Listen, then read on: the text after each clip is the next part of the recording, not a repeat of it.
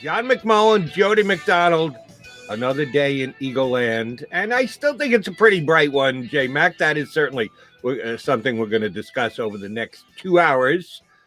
We're now a couple of days removed from the draft.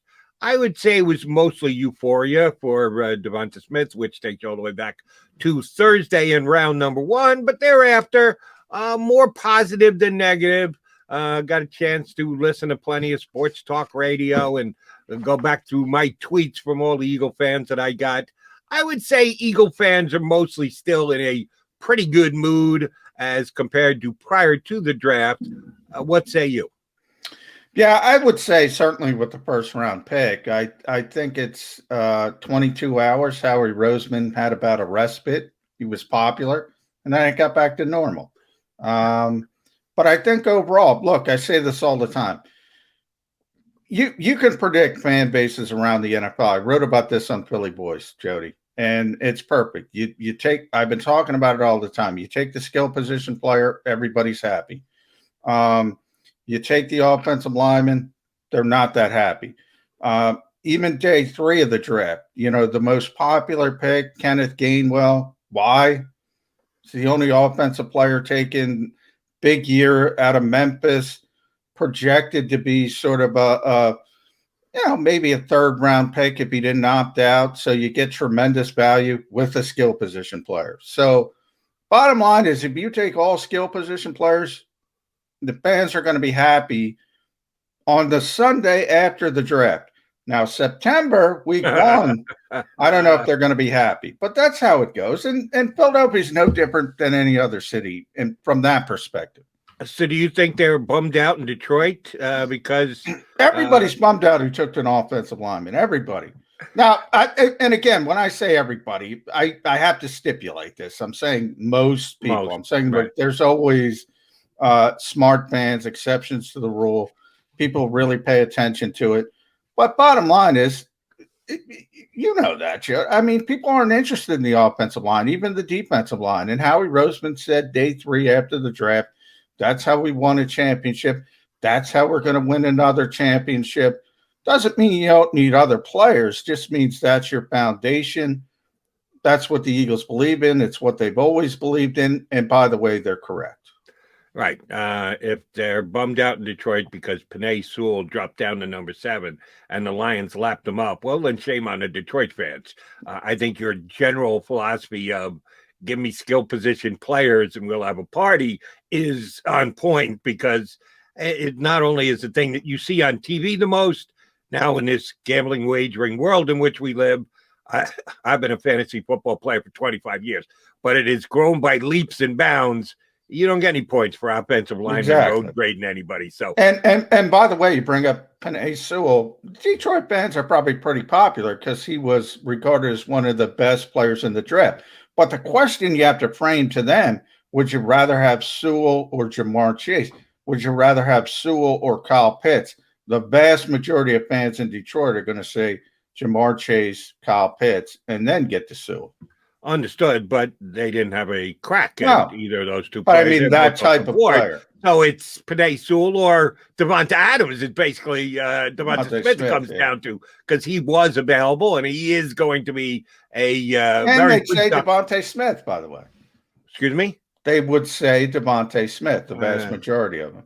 And you know how much I'm a Smith fan, so I would say I don't want to argue because Sewell was, in my books, a higher ranked player and certainly a need. You want to win in the league, you do need to have a well above average left tackle. So I would tell Detroit fans, even though you're going to be watching Devonta Smith making highlight plays forever, you want to have a better football team, then you take the guy who can be a 5, 6, 8-time Pro Bowler at left tackle. But you're right. Howie stuck to his guns after the draft, came out again and said, get used to it because this is what the Philadelphia Eagles do. We've always been a team that builds from the inside out after taking Devonta Smith with their first pick, but they did do heavy work in the trenches again, including Landon Dickerson, their second round pick. So I think he served both masters, as a matter of fact, is one of the reasons why I'm tipping my hat to Howie Roseman. I'm not giving him a contract extension, but I'm also not telling him your job is on the line. he did kind of cover all bases with this draft. Most important thing was to get a playmaker, be it on offense or defense, on the outside, as you and I kicked back and forth all the way leading up to the draft. But then with 9 more draft picks to go, he did get back into the trenches, and he did fortify the inside of this football team. If certain players could stay healthy and stay on the field, I believe he did that. But he was able to do 2 things in this draft. Number one, analyze the roster he has, upgrade where he needed to, but also stay true to the overall philosophy of the organization, which is it's won or lost in the trenches. Yeah, I agree with that for the most part. I do think it's legitimate to be concerned about cornerback. That was a significant need entering this draft. I think there are a lot of people focusing on J.C. Horn, Patrick Surtain. Turned out they didn't get an opportunity at either of those players anyway, so it didn't matter, which I think was a little bit of a surprise, at least not a glaring one, but I think most people thought Horn might be there. One of the two didn't work out that way. And the Eagles didn't address the position till the 4th round. That was what the kerfuffle was about with Tom Donahoe in the draft room that everybody talked about and went viral. But even at that point, Jody, we're talking about Aaron Robinson, the likely slot cornerback in the 3rd round versus Milton Williams. I mean, that's not Deion Sanders. That's not going to give you that kind of help anyway. So, look, if you want that impact player, you got to get him at 10. The Eagles made their decision what type of impact player they want. I know you're happy about it. I think most fans are happy about it. So from that perspective, you can't fill every hole. So the Eagles have to be inventive to fill that cornerback hole. Now, they could go free agency. But, Howie Roseman mentioned something after the draft, Jody, and he pointed back to the Super Bowl season when they made the trade for Ronald Darby in August. Now, people don't think much of Ronald Darby now in Philadelphia because he was so injury prone, was on and off the field. But guess what? He was a big part of that when he did come back from injury. And he was a competent NFL corner. That's what the Eagles need. They don't need Deion Sanders. They need a competent NFL corner opposite Darius Slay. And I think that's a very fair way to look at it.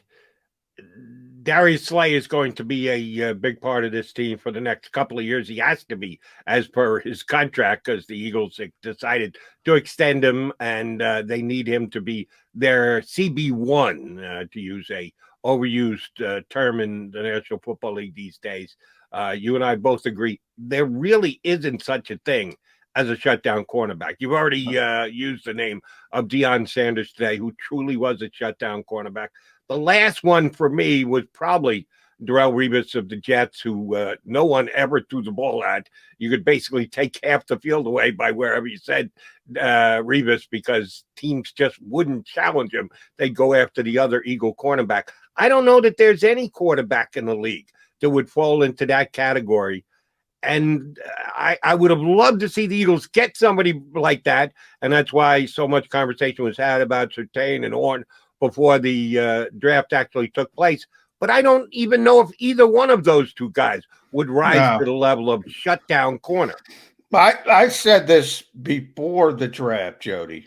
I thought it was a bad situation waiting to happen. I think if the Eagles went corner at 10 or 12, they were 12, obviously moved up to 10, for that reason.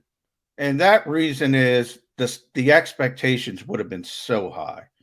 And you bring up Darrelle Revis, I agree with you. I remember Richard Sherman at the height of his career. There was that one game against Green Bay where Aaron Rodgers didn't even look at him. But I don't think he was a shutdown corner, Jody. I think it was more of a reputation thing.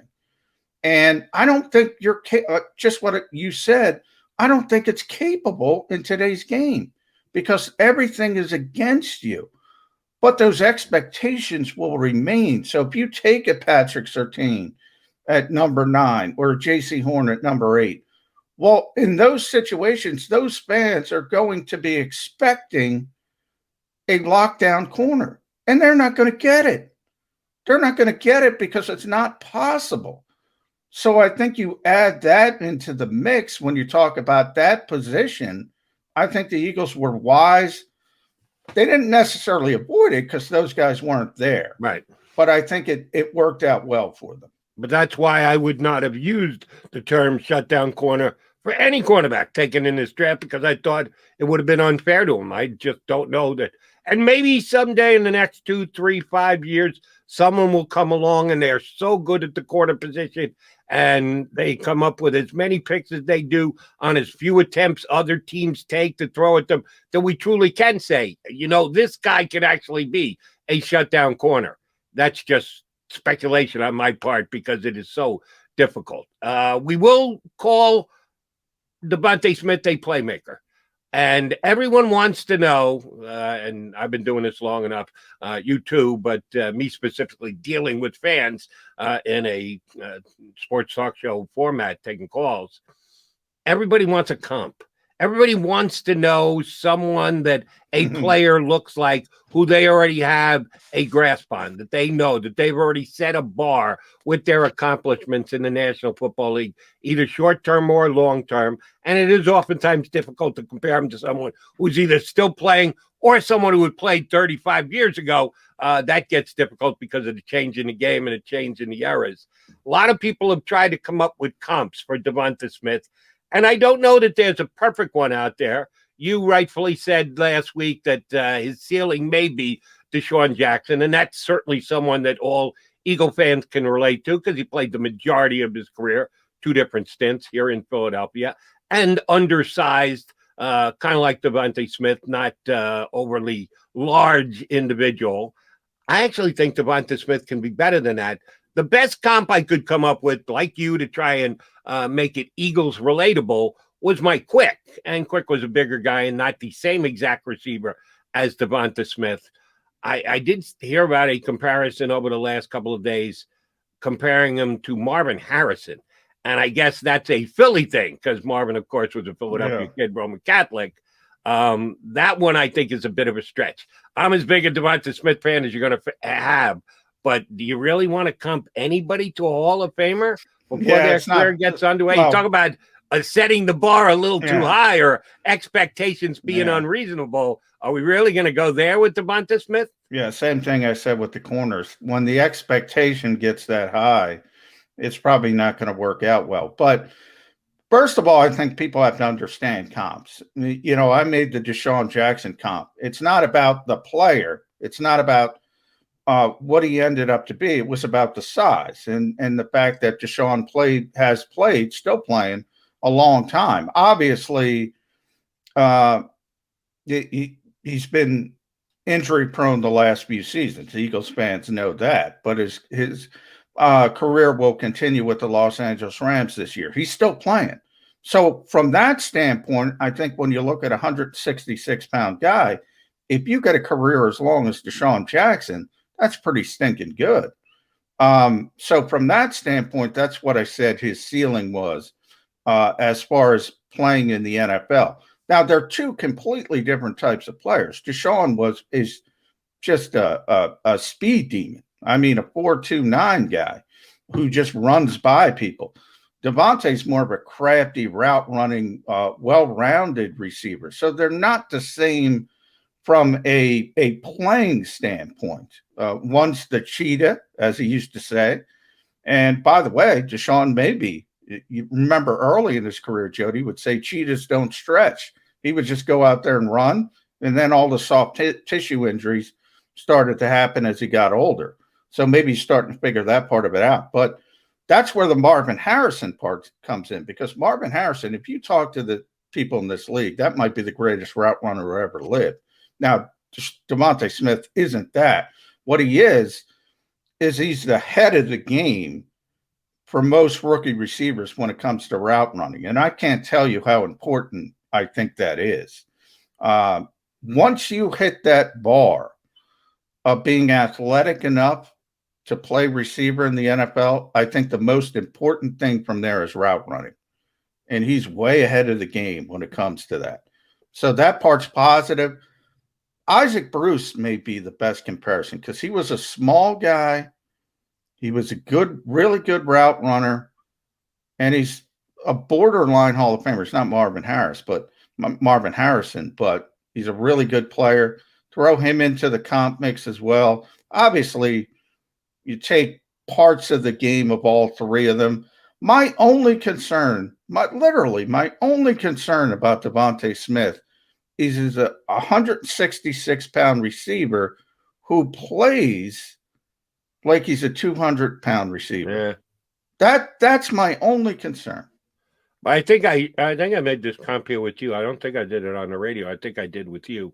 And I know they're two completely different players, but just to make the point I was trying to make, Emmitt Smith to me there's a reason why Emmitt Smith is the all-time leading rusher in the history of the National Football League, the biggest being his talent and a very good team, offensive line, go through it. Part of it was, and I'll say a good part of it, maybe not significant, but a good part was Emmitt was smart. Emmitt knew when to duck out of bounds, when he'd have a 9-yard run around the end, rather than drop his shoulder and try and get 2 more yards, he'd step out of bounds and take 9 yards. Oh, okay, that's a bad play, +9? I don't think so. And he'd just go back into the huddle thereafter. And he was tremendously smart in being able to do that. And that's why Emmitt Smith almost never got hurt over the life of his entire career. Even after he went to Arizona from the Cowboys, he still was a guy that you could count on being available every single Sunday. I think Devontae Smith is that smart a kid that he'll realize after he takes some momentous hits in the National Football League. And yes, even though he played in the SEC, they do hit harder in the NFL. Not that much harder. And that's what some people are feeling. No. Oh, the NFL guys are going to just crush him. Well, the SEC guys are pretty damn big too. But he'll take a major shot. Well, you're not, and by the way, you're not allowed to hit anymore. So that works into his favor as well. You go back a couple years and you had those strong safeties patrolling the middle of the field. Then I'd really be concerned and say, I don't know if this kid can hold up. But you're not allowed to do that anymore. So it's not in the equation. And that's a positive for Devontae Smith. One last quickie before we punch up our first guest, who, as we told you yesterday, will be Matt Lombardo, who you should recognize, Eagle fans, years covering the Birds here, did some talk radio in town. These days, a Giant guy covering them, covering the Big Blue squad. You mentioned Deshaun Jackson hooking on with the Rams this year. You knew the Eagles weren't going to be, or I should say you probably knew, and it's now proven that the Eagles weren't going to pick up the last year of his contract. They negotiated a post-June 1st buyout to give him some salary cap flexibility. I don't know if that was the reason that Deshaun wanted to sign elsewhere. He could have come back here on a more team-friendly deal, chose not to. I'm not upset about it. I'm not questioning Deshaun about it. But he ended up signing a contract with the Rams. You think Deshaun's got anything left in the tank? Well, the 2 times I've seen him over the past 2 years, he did. But that was it. Then he got hurt. So he can still get behind people. He can still run. Real quick, Alshon Jeffrey was the post-June 1st guy. So Deshaun wasn't? No, Deshaun they just cut. I mean, they had to move on. It wasn't a situation. I thought they both were. Don't you have Malik was the other one. Do that with? Malik Jackson was the other one. Malik Jackson was the other one. Okay, my bad. No, that's fine. But just from a standpoint, look, when he was out there, you remember the first game, his first season back, people were so excited because he had the 2 long touchdowns. Then he had the sports hernia stuff, pretty much a lost season, then injured again. But when he was out there, the guy is the greatest deep threat in the history of football, even over Randy Moss statistically. Now, I think Randy was more dominant, obviously, but I mean, the guy can run past people. I don't know if he can stay on the field at this point. So I don't know how much that helps you. The Rams are banking on him staying on the field more than he did these past couple of years here in Philadelphia. I think they'd probably settle for that. All right, coming up next, we get our first guest of the day. You knew him from the Birds, covered him for years here in Philadelphia. He's the Giant guy. Writes a lot of national stuff. That's national stuff, yeah. For fan-sided. Matt Lombardo is going to join us next here on Birds 365. If you missed any of today's show on the JAKIB Media channel, listen to the podcast on your way home. Available on YouTube, Apple, and Spotify. Welcome to the Wildwoods, the perfect place where you can safely do everything or nothing at all. Catch a wave, take a nap, go for a drive, grab a bite. It's your If you missed any of today's show on the JAKIB Media channel, listen to the podcast on your way home. Available on YouTube, Apple, and Spotify.